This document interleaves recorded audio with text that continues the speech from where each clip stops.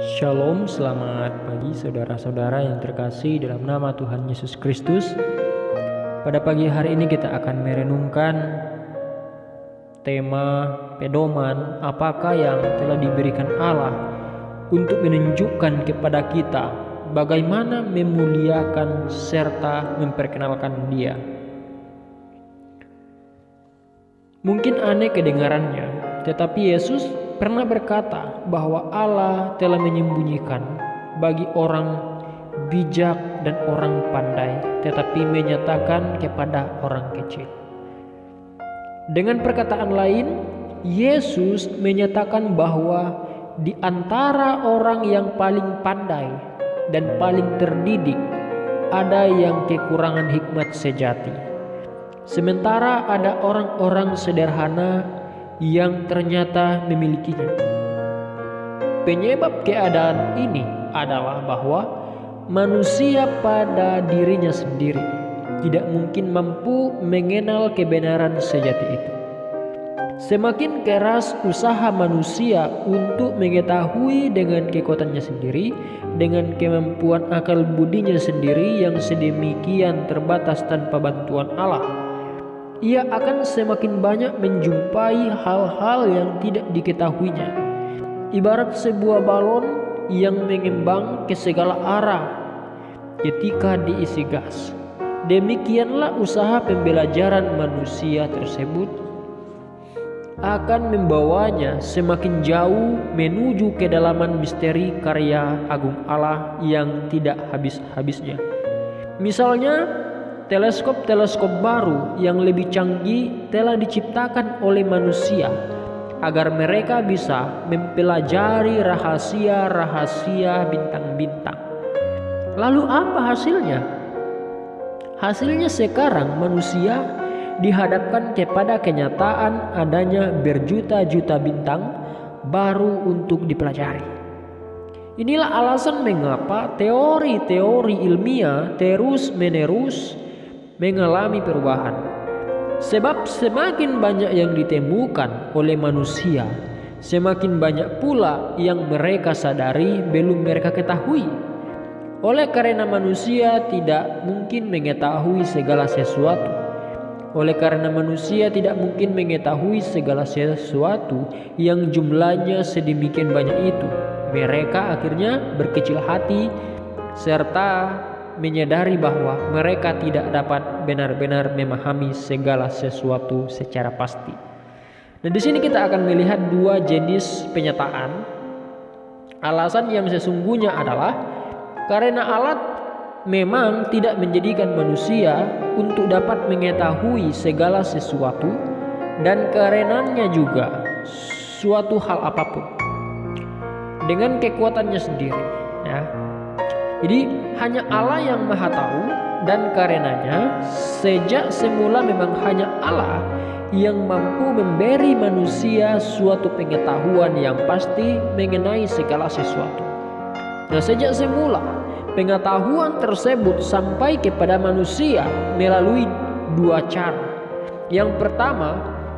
Cara yang pertama, Allah menyatakan dirinya adalah melalui apa yang kita sebut sebagai penyataan umum.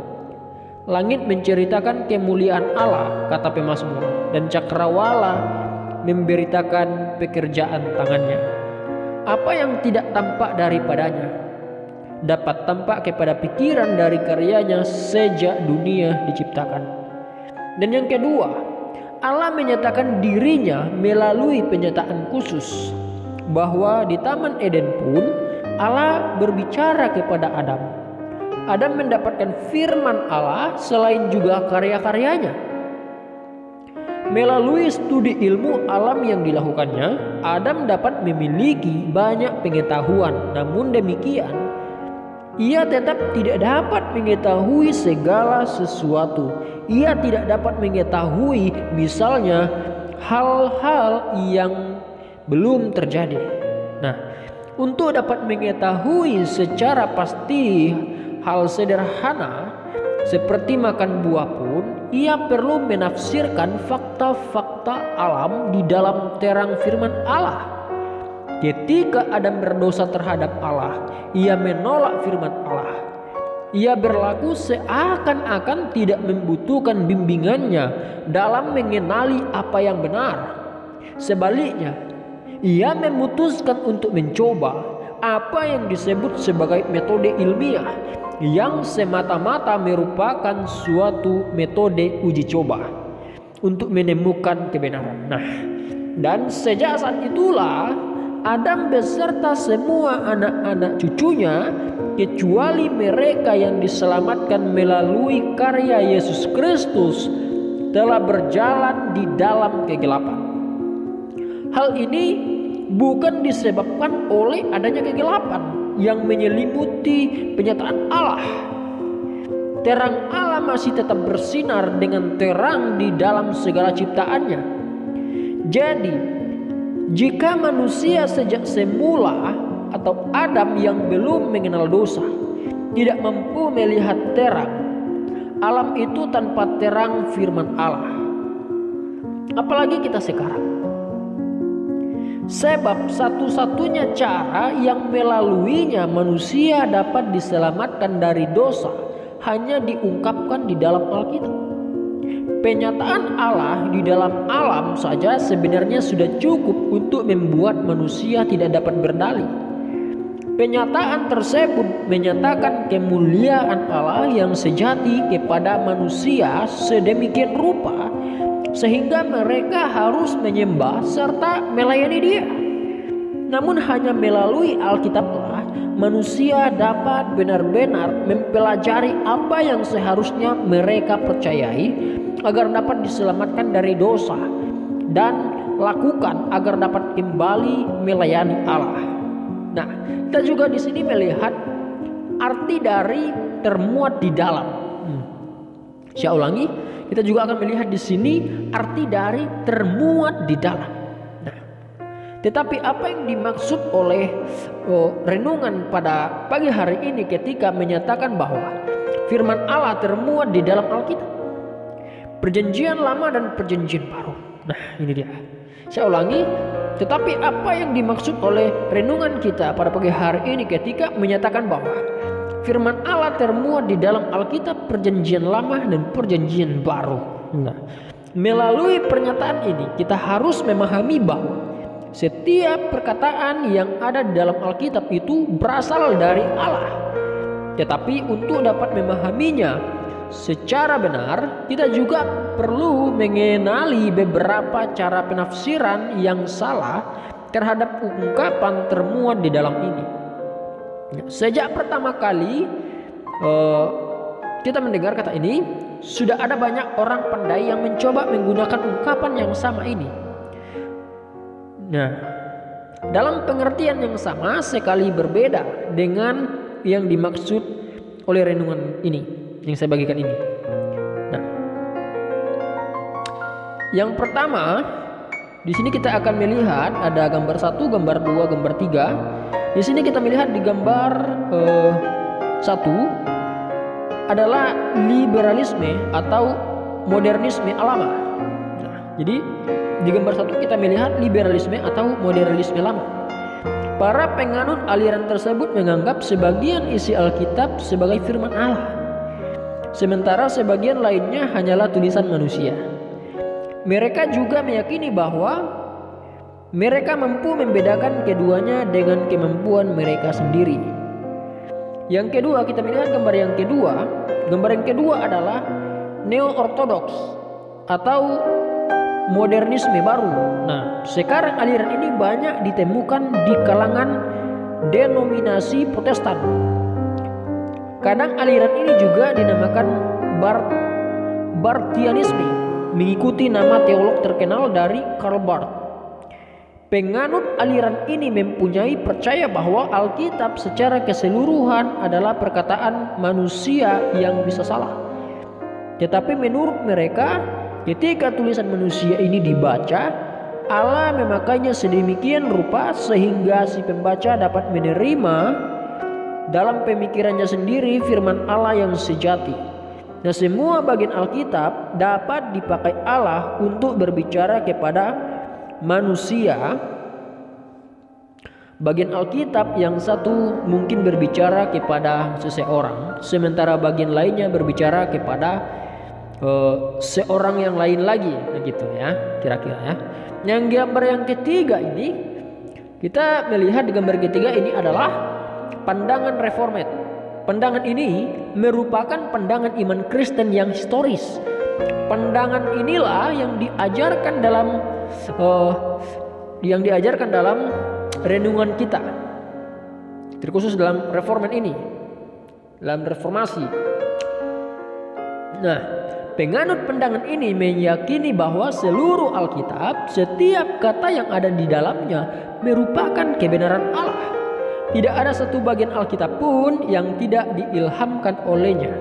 Bahkan ketika Alkitab dibaca oleh orang yang belum percaya pun, Alkitab tetap merupakan firman Allah pada setiap bagiannya. Dengan kata lain, Alkitab adalah firman Allah. Jadi dari Kejadian sampai Wahyu itu adalah firman Allah. Nah, kita juga di sini melihat 3 karakteristik penting. Jadi, jika Alkitab adalah firman Allah, satu-satunya pedoman untuk mengarahkan kita dalam memuliakan serta memperkenalkan Allah, maka ada 3 hal yang dapat disimpulkan. Yang pertama, kita dapat menyimpulkan bahwa Alkitab adalah infallible atau tidak mungkin salah.